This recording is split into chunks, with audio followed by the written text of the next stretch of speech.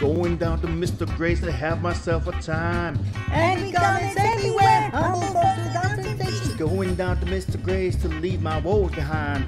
Ghosts and cryptids everywhere. Even South Africa's crazy. Going down to Mr. Gray's to see if I can unwind. Come on down to Mr. Gray's and meet some friends of mine. Hey guys, down from us, Hey guys, down from World of Mr. Gray. I had half a day from work today because I had to do a thing this morning. I booked the rest of the afternoon off, and then I could have been productive, but I went to the pub. And it was brilliant. So I had a few beers. I thought, what better time to go through your comments? I thought it's been a while since I've gone through your comments, and there's been a lot. Apologies if I can't get to your comment. You know, I get a lot of comments, and I try to get as many as I can, but I probably can't get into all of them. Anyway,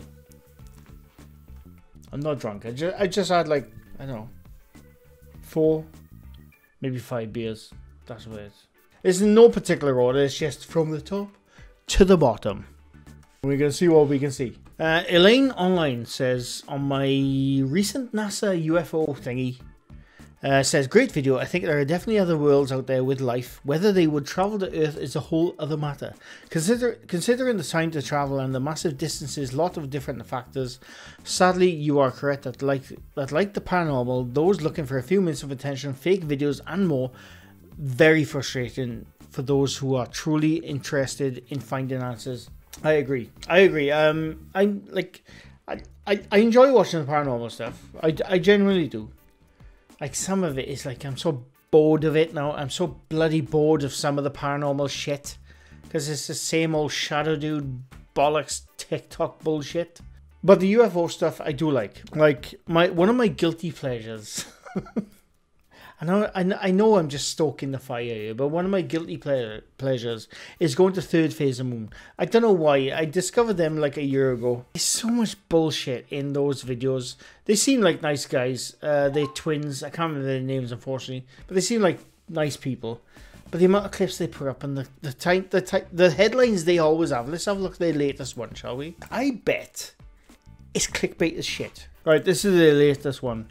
Cover up. Tic Tac found on Google Earth. Crazy UFOs fall from Sky Village in shock 2022. Leaked Stargate project seen for the first time. Lethal effects. Now, I haven't watched that video. I have not watched that video, but as a massive fan of Stargate, the movie and the series, SG-1 is the pinnacle of sci-fi TV shows, if you ask me. I highly doubt there's leaked footage of the Star Trek project.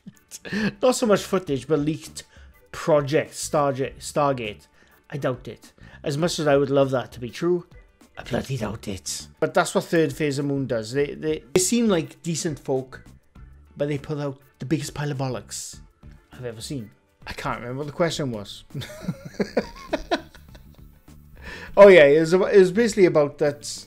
The same with the paranormal. You know, no matter how many videos you find online, or accounts even, you have to take them with a pinch of salt, because like 99.9% of those videos or accounts, even the accounts, are bloody bollocks.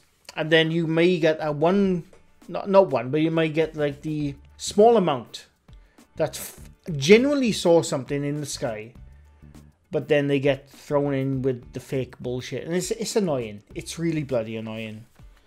I think so.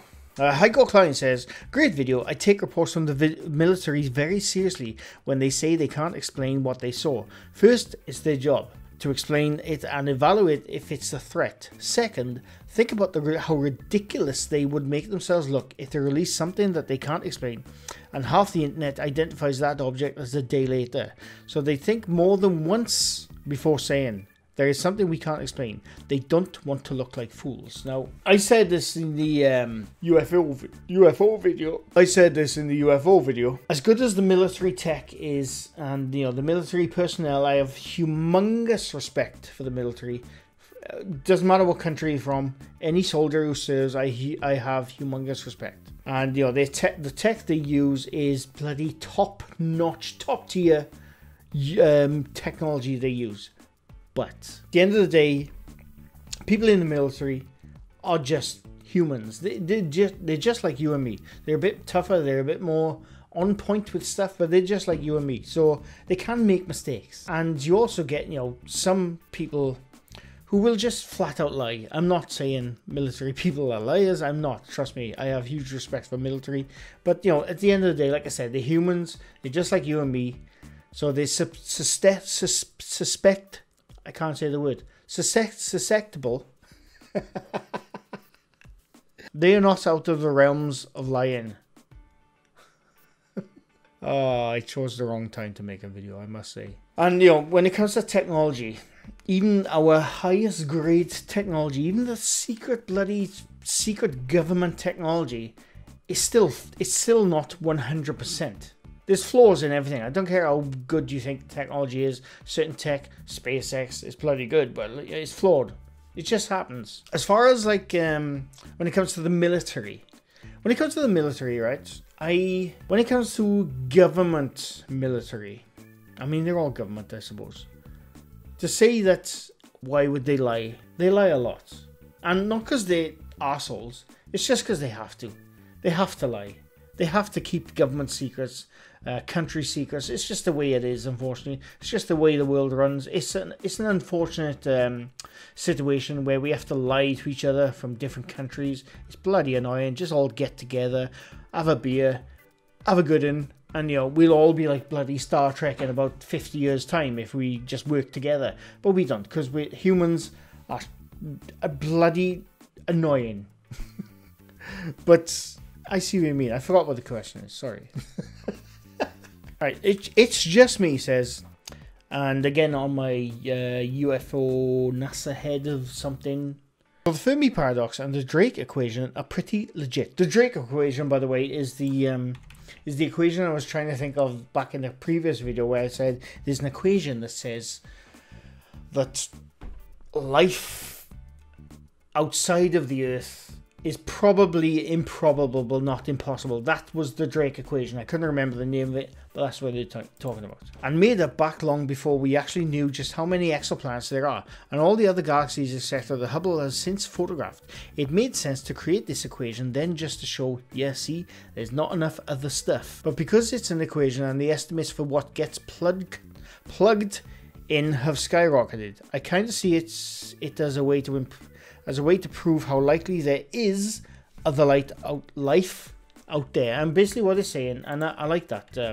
I like that response, by the way, because basically what they're saying, I don't know when was the Drake equation, when was that made? The Drake equation was formed in 1961. Now, we knew a lot of stuff in 1961, but there's also a lot of stuff we have learned since 1961. So basically what they're saying is the Drake equation, to say that there's probably not life out there, was created almost 50 years ago.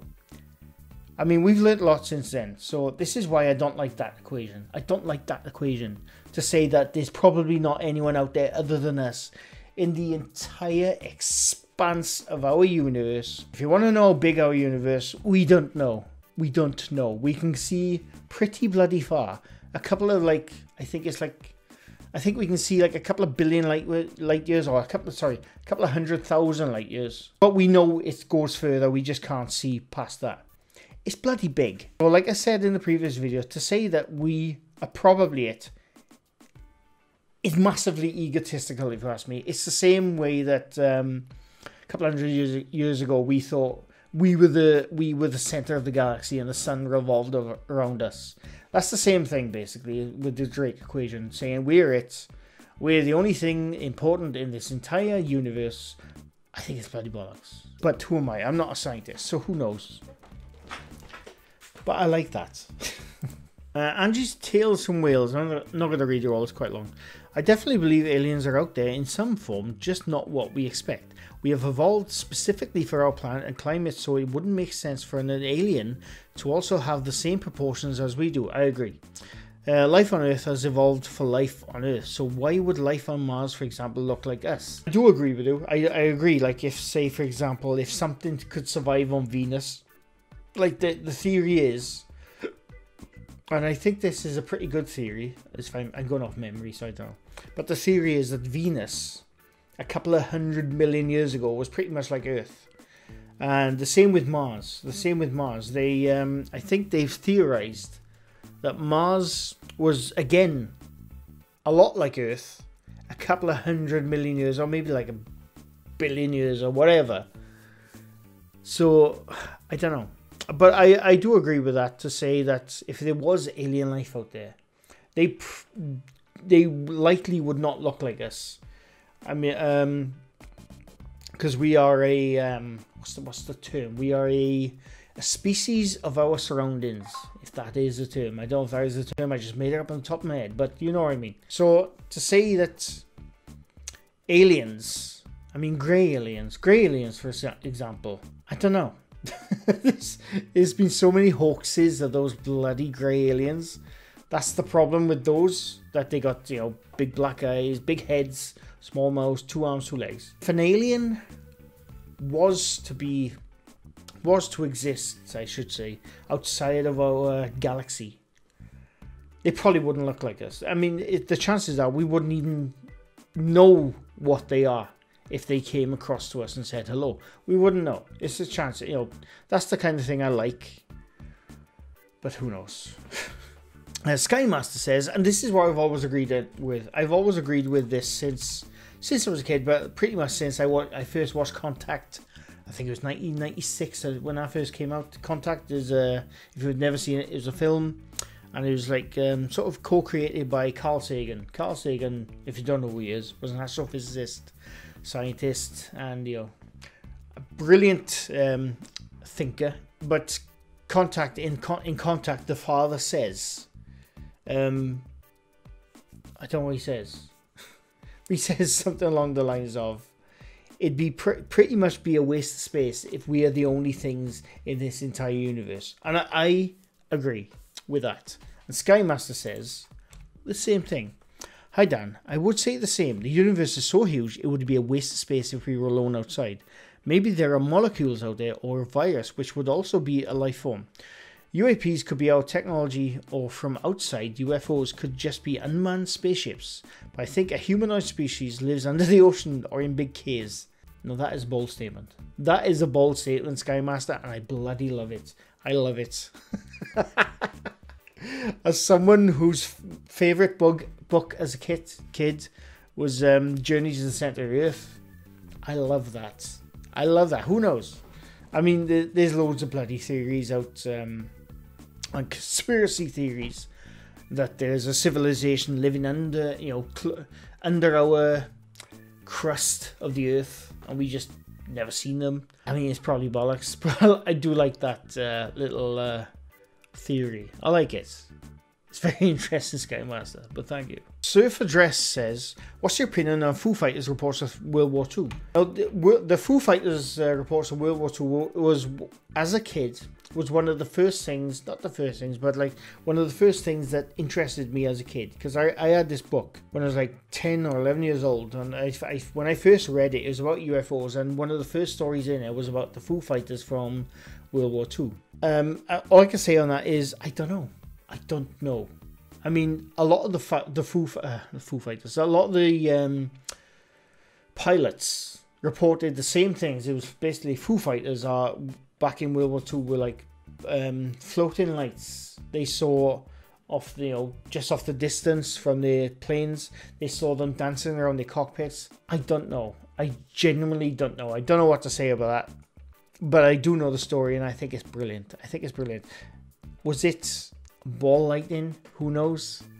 I don't know. But it is interesting. I think the reports of the pilots, from, I'm going off memory, like I said, so apologies if I'm wrong. But the reports of the pilots were, when they came to they cited the Foo Fighters, it wasn't like random throughout the various months. It was all in one night. So maybe there's a thunderstorm, I don't know, and there's like ball lightning. I don't know, but I genuinely don't know, and I think it's a brilliant story and something we probably will never explain. But I do like that. Natasha brings up an excellent point, and an excellent point I think a lot of us sometimes forget. Anything can be a UFO if you're bad enough at identifying things. And this is the other problem, especially with videos online. Like videos even from the 90s, you know, with the VHS video cameras. It's the same thing. Most of the videos out now, people, you know, fully zoomed in. So when you zoom in, you lose all bloody quality. It looks like absolute dog shit. We as people are just bad at identifying things. We don't know what that bloody triangle is up in the you know, the stratosphere. It could just be a plane really high in the altitude. You don't know. And obviously when you zoom in with a camera, it's not going to pick up the full detail. So when it zooms into its most distant focal point, it can't pick up a detail of a fuselage, I should say, and wings. So then it looks like a triangle. I'm not saying that's what it is, but that's one of the things you should always take into account when UFO stuff is we are flawed. Humans are flawed.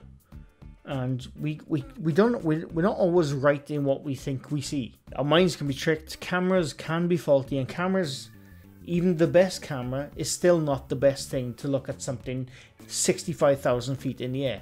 It's just the way it is. 9mm sleeping pill, and they commented on the Nukes Top 5 video I made about a week ago, and it was with the guy in Japan, I think it was, and one of the clips was him lying on the floor, writhing around, God knows what he's doing, and his balloons popping. But then I pointed out in the video that like a split second before the balloon pops, there's a flash. 9mm sleeping pill says, the flash thing is interesting. Pellet or air guns don't have a muzzle flash when shooting because there is no combustion, just compressed air. I agree they're shooting the balloons, but now I want to know what is causing the flash. My theory was when watching that clip, it wasn't because of muzzle flash. When I was saying about there's a flash between each pop of the balloon, I wasn't saying because of a muzzle flash of something being shot. The way my thinking was that they had digitally inserted the flash into the video to hide the projectile of the pellet being thrown across the room towards the balloon. That was my theory of my thinking of why they inserted flashes before each balloon pop, to hide the projectile. I could be wrong, but that was my thinking. Stutley Constable. Now, I think they're taking the piss. I'm going to read it anyway. I'm fairly sure they're taking the piss. I hope they're taking the piss. Okay, Dan. First off, there is no atmosphere. Sphere indicates the world is a globe, and it's not. It's a disc, but it clearly is not a sphere. So no atmosphere, just air. Second, everyone knows we're cruising through the universe with the world supported on the backs of 4 immense elephants who are standing upon the back of the great Atuin, I think he's a big turtle or something, which is a member of the species Chelis galactica. That plainly means there is life out in the universe, even if those globe heads at NASA want to pretend we haven't found any. Nice try though. Go tell your friends in the Illuminati that they aren't fooling anyone. You get a heart from me, Stutley Constable. I have no idea if that's a piss take comment. I mean, even if it is a piss take comment, I have heard people genuinely spout that. So who knows, but I like it. Drake equation, thank you, Chilling Villain. Pixels at Dawn commented on my Phasmophobia video. The fingerprints were just a smudge on the mirror, you plug. And the irony is that the evidence you were missing was EMF. Don't yeet the equipment into the void next time. Great video. Pixels is a mate of mine, by the way. I play video games with him quite regularly. And yes, it was just a smudge on the mirror. I didn't realise. I thought I found fingerprints in Phasmophobia. I didn't. It was a bloody smudge on the lens. Idiot. Audio Steam says, I go for equipment. Again, they commented on my UFO video. I go for equipment malfunction, human mistake, and secret projects. Once believed about alien tech wonders, but the more I learned about physics, the more it was dying inside me. Like I said, technology is never 100%, no matter how good it is. And also human capabilities, I should say. Even though we think we see something so bloody real, we don't know what our brain is doing. We don't know the circumstances, the atmosphere. We just don't know. We're not as smart as we think, he says. Francis Pitts. I'm going to make this my final one because I've been going on a bit. But Francis Pitts, before we go further, has been a regular viewer of mine. He's emailed me, you know, not through YouTube, but he's emailed me and told me various accounts of UFO stuff. and he served, well, I'm going to read his thing, but no, so I like this comment, right? So this is going to be my final comment, but we can have a look. So Francis Pitts says, having seen the Tic Tac style UFOs in 1981 and then watching a short film from one of our ships, and the two things are completely different in how they can convince the viewer. Watching these craft with my eyes for a couple of minutes gave me an unprecedented view as compared to the film we watched later that week. The craft were white liquid propane tanks without safety valve on top, approximately 30 feet in length, and moved in ways no human being could survive. Immense G-forces would tear our bodies apart the first time it maneuvered at speed.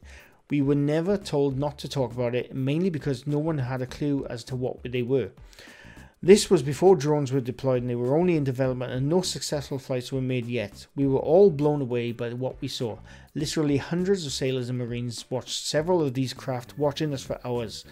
I was just a 20-year-old kid when this happened, but it completely changed how I feel about life outside humanity and Earth. Who knows what they were and where they were? I absolutely positive it wasn't the Soviet Union, China, or our own from the United States. There's something no one knew about or any of us on our ships had ever seen. I'm glad I saw it. Now, see, that kind of account, I should say, is so interesting to me because, you know, Francis Pitts, I don't know him personally. He's a regular viewer of mine. I don't know him personally. He seems like a genuine guy to me, right? Every time he's commented, he seemed very genuine to me. So I'm not disputing that. To say that, you know, like every single soldier saw like flying Tic Tacs, I don't know how you can dispute that, to be honest with you. You have to take their word for it. You have to take into account that there wasn't just one person seeing it who might have been seeing something for whatever reason, drugs, hallucinating, whatever. It was like a whole fleet of people seeing the exact same thing. So that is bloody interesting. I wish stuff like that was more investigated. I don't know. But no, like the account of Francis Pitts from 1981, I think is bloody interesting because it wasn't just one person who saw it. It was a group of people who saw the exact same thing. Was there hearsay involved? I don't know. I wasn't there. But you can't dispute that they saw something. You just can't. As much as I try to debunk stuff and what have you, and try to look on the critical thinking and stuff, when a group of people see something, you can't dispute that they saw something. Now, I'm not saying it was an alien craft. I'm not saying that, but they genuinely saw something by the sounds of it. And it's not the first account I've heard of like that, the Tic Tac style UFOs. It's not the first account I've heard. And there's been various stories throughout the last like 40-50 years of the same account of the Tic Tac style UFOs that, you know, a group of people saw, not just one person. So if a group of people saw it, the chances are they genuinely did see it. But who knows? I don't know. But anyway, I really enjoyed that. And I know I didn't get to everyone's comments, but that was pretty UFO fantastic section of comments. I really enjoyed it. And I will be back over the weekend, hopefully. I have a lot of time. Well, not a lot of time. I have some time off over the weekend. I can't bloody wait. So we're hopefully going to get some more videos out. Paranormal, UFO, whatever. If you like this video, leave a sub. If you're new to my channel, I do this quite often. I'm going to get to the rest of your comments at some point very soon. So, you know, if I didn't answer your comment or I didn't heart it, I will get to them. But anyway, thanks for watching. Bye for now.